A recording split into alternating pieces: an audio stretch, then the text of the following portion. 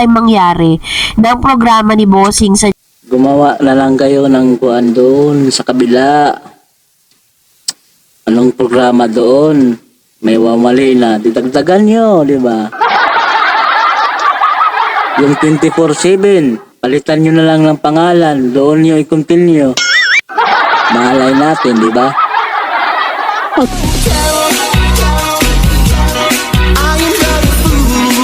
Only for you, darling, I love you. Yo, what's up YouTube? Ayun. Magandang hapon po sa inyo dyan.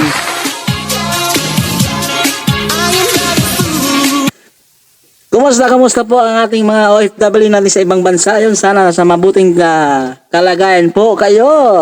Only for you. Sana guys, kung kayo pala bago guys, road to 1K na po tayo guys. Pakilaman. Kung kayo pala bago sa ating channel, sana naman pa-subscribe tayo at please pa-like at notify all tayo sa ating notification bell para ma-update kayo sa ating mga bagong ina-upload. Yan.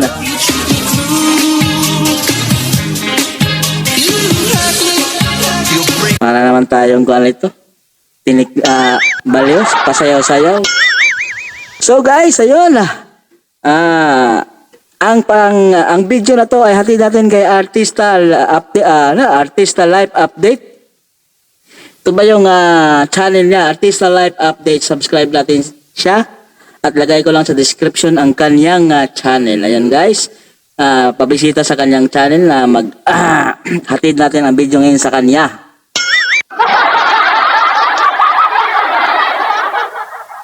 Ayan ang pamagat nito. Tuluyan na daw aalis si 24/7 sila doon sa Jamie, no? Ito yung about nito, ito yung topic ni Artista Life Updates. Ayun. Tuluyan lang lalayasan ang lahat ng kanilang programa sa Jamie. Ito ang rason. Ayun. Alamin natin kung anong rason nito, no? Masaya at nakakalungkot din, di ba? Ganun lahat, yan lang yun eh. Hindi natin alam kung anong rason. So guys, tara, silipin na natin. updates. And please don't forget to hit all para ikaw ang unang-una makakapanood Ayan na, umpisahan na natin. sa lahat ng ating mga updates. Bago nga tayo magpatuloy sa ating updates, of course, nais ko po muna magpasalamat sa lahat po ng mga viewers po natin, legit subscribers, at ang mga legit Davarkads natin na lagi nag-aabang at nakaantabay sa mga videos natin. Maraming salamat po. At ngayong araw nga, pag-usapan natin ito dahil talaga namang napakalaki ng effect nito, no? Kasi matapos po kasi mag-Exodus ang TBJ sa Exodus? dito po sa Tape Incorporated at Siguro sa ang ibig sabihin ng Exodus, para sa akin, ang opinion ko lang, yung nagkakuan yung sitwasyon nila. Kasi nangyari yung 8 Bulaga tape, di ba? Na umalis sila. Siguro yung ibig sabihin ng Exodus. Sa opinion ko lang yan. MA. Kasabay nga nito ang pagsisimula din ng programa ni Jose Manalo at ni Bossing Vic na may title na Often by 24/7. Kung isa ka sa mga followers po nila. Pinapanood ko yun, maganda naman yung kuan nila. Kasi andun yung mga idolo natin, si Vic Soto at saka si Jose Manalo. Pinapanood ko rin, totoo, pinapanood ko yun sila. Kapon nanood nga ako dun sa episode nila eh. Nanonood po kayo ng programang ito, may malaki pong changes na mangyayari. Sabi kasi ng ilan sa mga news online, sabi ng Billionario.com at ng isa sa mga pinagkakatiwalaang news online na Lionheart TV na malaki Yan na na Lionheart TV, yan na lagi nagsasurvey. So, di ba? ang naging epekto ng pag-alis nga or ng issue ng tape at ng TBJ doon po sa programa nitong si Bossing. So, despite the rumors circulating on social media, it appears that Vic Soto sitcom 24/7 on GMA Network will not be concluding in August. So, marami pong nagsasabi na maaari na raw pong magtapos ito pong programa ni Baka nga ito. Totoo na siguro to. Totoo siguro mangyayari yan. Wala na rin eh, hatian na eh. May TV5, may GMA. Siguro, hindi ito gaano kung kalakas ngayon. Siguro, yung ratings nila. Simula siguro yung paglipat nila sa TV5. Pero bumaba yung ratings nila. Iwan natin. Or isa to sa mga dila. At saka, komplikado na rin nyo. Malay natin, papasok na si Jimmy, magkikita sila na Isko. May mga taping sila doon sa loob. Iwan ko lang. Bossing sa Iwas-iwas ba? GMA7 dahil napakalaki po ng effect or naapektuhan po kasi ito nung umalis po sila sa GMA kasi kung matatandaan po ninyo samat-sari po yung naging pukol no at naging parang binabash din ng taong bayan ng GMA for not protecting TVJ sa undertape. Oo nga, no? no. Tama nga rin naman. Bakit hindi naman binigyan ng suporta or pinaglaban lang man ng GMA? Ang pagkakaalam ko, hindi na sila ang sabi nila hindi na sila mangingialam between sa TVG at saka sa Tape Bulaga, di ba? Yun ang pinapalabas nila, tama ba ako? No? Sa recent development suggests that sitcom continue to operate normally. Pero marami na pa rin ang nagsasabi na this coming pagpasok nga daw di umano no ng mga buwan. Ngayon buwan na to ay matatapos na. Yun po yung ilan sa mga spekulasyon dahil parang tila baga first time mangyari ng programa ni Bossing sa Gumawa na lang kayo ng kuan doon sa kabila. Anong programa doon? May wamali na. Didagdagan nyo, di ba? Yung 24/7, palitan nyo na lang ng pangalan. Doon nyo i-continue. Malay natin, di ba? Magandang idea yan. Opinion ko yan. Para naman tayong producer. GMA ay hindi po nagre-rate. Hindi po ganun kataas ang rating. Tama nga ako. Hindi ganun kataas ang ratings. Diba? Kakasabi ko lang. Ibig sabihin, talagang kumbaga parang yung suporta talagang nahati na talaga dahil lahat mula po nang nag-exodus ang TVJ sa TV dito po sa GMA, lahat po ng mga supporters po nila is lahat yun ay lumipat na ng TV5 In net. short, hatian. Diba? Siguro mas marami sa TV5 at konti lang sa GMA. Yun lang opinion natin, diba? Naging exodus or nahati na lahat. Wala na. Network. Talagang kumbaga nila, pinanindigan nila na wala silang wala silang susuportahan na mga programa sa GMA7. So kaya naman dahil dito naapektuhan ng gusto yung sitcom na ito ni Jose Manalo at saka ni Bossing. Di katulad po ng Daddy's Girl with Maine. Kasi ang kasama niya po ngayon si Ma Salvador. Nung unas, ang kasama niya po itong si Miss May Mendoza na siyang gumaganap bilang anak ni Bossing. Pero this time, ang laki po talaga ng changes na nangyari. Kaya naman, sinasabi nga na talagang ito nga po yung ilan sa mga naging effect nung pag-alis nga ng TVJ dito po sa GMA. So dahil dito, tuluyan na nga po na mag-e-end, no? So Mas mabuti na rin yan. Lahat na lang doon yung sitcom nila, doon na lang sa TV5. Doon mas mabuti na lang ng ganyan. Doon na, lahat iwanan na nila sa GMA. Kalimutan na GMA. hindi natin masisisi ang ilan sa mga Davercads po natin kung bakit hindi na rin nila sinusuportahan yung GMA7 yung ilang programa kahit nandun po si Bossing at itong si Jose Manalo, no? Kahit sabihin mo na natin na napakalakas po na yan kasi Bossing at Jose Manalo Pero tataka tayo bakit ang hina ng ratings, di ba?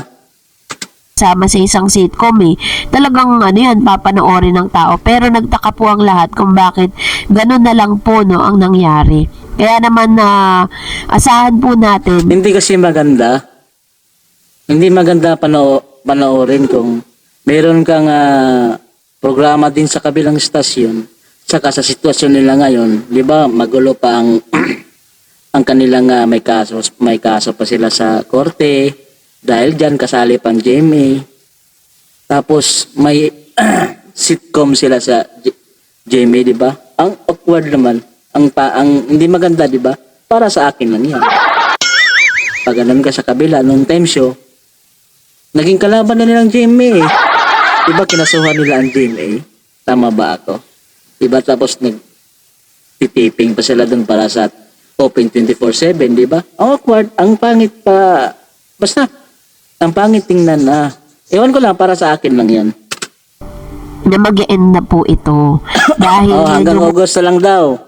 mababa po ang rating, hindi po ganun ka-enticed po dun sa mga manonood, hindi katulad po ng ilan sa mga naging programa ni Bossing nung nandiyan pa sila sa GMA, na 100% sinusuportahan po Talaga talaga. sinahati na yan ng mga viewers niyan. Hati na yan. Saka siguro may ibang tao rin, may ibang viewers na ayaw nilang panoorin doon sila, ayaw nila panoorin ang GMA. Kasi siyempre, di ba, yung mga issue. Kahit andun pa rin yung sitcom ni Vic Soto at saka ni Jose Manalo. Ganun lang yun. May mga tao talaga na kahit lagi sila nanonood sa kabila, ayaw na rin niya panoorin ang GMA7 na network. May ganong tao eh. Ng tao. But this time, wala, as in wala talaga. Meron mang mga nanonood, pero hindi ganun 100% support na nakukuha ng TVJ nung nandito pa sila sa GMA7. Kaya talagang masasabi mong napakalaking kawalan ng TV. Tingnan mo lang yan, tapos GMA, may logo na GMA, tapos may logo rin sila sa TV5. Yeah, ang pangit tignan. Di ba totoo naman? Di ba? BJ sa GMA dahil almost sa 50% or 70% ng followers po nila ay lumipat na rin ng TV5. Kaya tignan nyo po, halos nagna-number 1 po ang probinsyano, FPJ. Ay, sorry. Nagna-number 1 po yung programa po ni Coco Martin na Batang Quiapo dahil talagang halos lahat Oo, malupit yung Batang Quiapo. Kaso hindi na ako nakakapanood ng ilang linggo na. po talaga lumipat na at halos lahat ng mga advertisers puro sa TV5 na po nakafocus ngayon. Kasi andun sila eh. Ang lupit ng TV5 ngayon. May Coco Martin, may TVJ, di ba? May Jose Malalo. Diyos ko. Dati, yung TV5, di ba, parang hindi siya sikat na network. Parang ultimo lang sila, malakas yung GMA at saka yung ABS-CBN. Pero ngayon, tingnan nyo ngayon, boom! Panis ang lahat.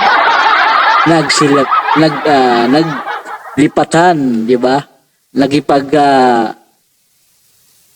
Tawag nito? po sila doon ng mga Combine yung mga kapamilya, ABS-CBN, di ba? Ang ABS-CBN rin, naghatian rin ngayon, di ba? Showtime nandun sa kabila, sa GMA. Yung ibang palabas naman ng ABS-CBN nandun sa TV5. programa na kung saan pwede nilang i-place yung kanilang mga ads. So, yun po ang nangyayari. Kaya nga po, di ba sa Nagsalab persa pala yung ABS-CBN TV5. Scenario.com, naglabas po ng total revenue na talagang nangunguna po si MVP or Manny B. Pangilinan sa isa sa pinakamataas. Congrats. Umangat, nag-boom talaga yung TV5. Or kumbaga parang nagkamit ng mataas na revenue. Andun pa nga si Kuan eh. May nakalimutan tayo, si Tolpo. Diba? Diba na? Yung kalahati pa lang ng taon hindi pa po nangangalahati or kumbaga parang ka-half of the year nangunguna na po si MVP sa pinakamataas or highest earnings na nagaganap. Hindi pa po nagdadalawang buwan or 3 buwan ng TVJ pero talagang ang laki ng itinaas nila. So dahil dyan, magre-react tayo dito sa ating pong mga komento po ninyo. Sabi po ni Maria Teresas Romero 7519, tama ka Jose, mahirap sa politika lalo wala kang alam. The best ka dyan sa pag-arte at pagpapasaya ng maraming tao. Yan. So, ito po yung alam naman natin talaga yan. At sino ang politika ay magulo, madumi, di ba? At delikado rin sa Sa pamilya niyo or sino yung tatakbo, di ba? Yan ang opinion ko. Based on my opinion lang yan. Alam niyo yan na ang politika, di ba? Napakadumi, napakagulo. Komento ni Miss Maria Teresa Maria Teresa Romero, kasi parang sinasabi niya na marami kasi nag-encourage kay Jose na tumakbo po sa halalan, pero sabi Wag mong subukan. ni Jose ayaw niya. Sabi ni Lolit Basilio, di yan tatakbo na kung anong saka may TV station sila. Anong magagawa? Anong mapapala niya sa politiko? At saka hindi naman linya yan ni Jose. Ako. Saka kahit naman, yung tinatawag sa kanya na Mayor Jose, asakuan lang yan, segment lang yan, pampasaya ng tao ba, sa mga viewers. Bali, parang palabas na yan, drama na nila yan, ginagawa nila araw-araw sa sugod bahay. Kasi pumatok di ba? Nag-boom yung Mayor Jose Manalo. Di ba? Totoo naman. Sayang naman, mababash lang siya, okay na i-80 na lang siya. Ayun, totoo naman. Hindi Sabi lang naman, mababash. Peligro pa sa buhay yung politika. Opinion ko lang yan, guys, ha? Siguro hindi naman lahat, pero mostly talaga. ni Jose, hindi naman daw niya papasukin ng isang bagay na hindi niya alam. No, hindi katulad po ng pag-aartista, talagang Si matagal. Willie nga, tinanggihan nga di ba? Ilalok, tinanggihan. Pero ang tagal nag-isip. Yan ang ginagawa yan. Sabi ulit niya, no, Maria Teresa Romero again, tigilan niyo pang Ano pala babash yung nangyari kay Zombie? Ano pala? Ang naririnig ko na balita or tinanggal, ano ba? ay zombie. Pwede ba? Mga inggit lang yan kasi super sikat agad ng todo si zombie mula nang Milyon-milyon naging pa host ng followers Sugod niya. Bahay at milyon-milyon pang followers Ay, di sa pala. FB at YouTube. Kaya inggit sila. True. Alam nyo, nakakaawa po talaga yung mga tao na nagpupumilit sila at sinisigaw nila sa comment section ng live ng EAT. Natanggalin na raw si zombie kasi Anong mapapala nyo kung sisigaw niyo dyan, i-comment na natanggalin. Bakit ba? Bitter kayo? Ayan na nga, opportunity na nga yan. Artista na, di ba? Opportunity ng tao yan. Masaya yung tao. Ba't ginaganon nyo? Nagko-comment kayo. Ano bang ginawa sa inyo ni Zombie? Diyos ko, Marimar. Oo nga, totoo. Ano bang ginawa sa inyo ni Zombie? Siyempre, bago pa yan. Intindihin natin yan. Hindi pa ganun kaparehas nila Jose at Wally na. Matindi na. Matagal na sa biyasa na sa mga ganyan. Alam mo naman saan yan si Zombie nagsimula, di ba? Vlogger lang yan. Nag-aaral na bilang doktor. Nurse ata yun. Nurse siya. Tapos tinigilan niya. Ayaw niya mag-nurse, di ba? Dapat intindihin natin. Hindi naman ganun kahasa pa si Zombie. Oy, dapat nga ang gawin natin, suportahan natin yung ginagawa ni Zombie. I-encourage siya na i-improve or mag-upgrade pa yung mga galawan niya, pagsasalita niya, pagbibigay ng saya sa mga netizen doon sa Sugod Bahay. Ganun ba, wag yung mag-comment kayo na hindi maganda? kasi wala naman daw na i-contribute dito po sa program Sabi nga na bago pa yan intindihin niyo. Dito po sa programa ng EAT, which is mali po kayo doon. Bawat isa po sa kanila may kanya-kanya silang contribution dito po sa naturang show. Kaya napaka-imposible po ng sinasabi ng ilan na wala siyang naiaambag. Kaya naman na ano lang kayo. Hindi, wala. Better lang yan na ma'am. Artist na live update. Wala rin yung mga comment na yan. Ay, Diyos ko na rin na. Yung brahin natin na. Hantay lang kayo kailan siya matanggal. Maiinip kayo dahil hindi talaga siya tatanggalin. So, Yan mga chismis narinig ko.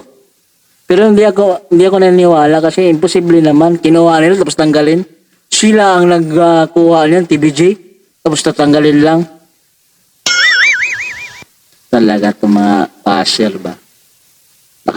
salamat po sa inyo pong mga komento. Please mag-comment lang kayo sa comment section. And if pa kayo nakapag-subscribe, mag-subscribe na kayo sa Guys, channel. courtesy po tayo kay Artista Live Updates. Nag-react po sa kanyang video at pakibisita. Ilagay ko lang sa description ng kanyang channel at bisitahin niyo at pasingit na rin ako sa aking channel. Road to 1K na po tayo, mga uncle natin dyan. Beke naman, pa-comment, wala nagko-comment sa kan.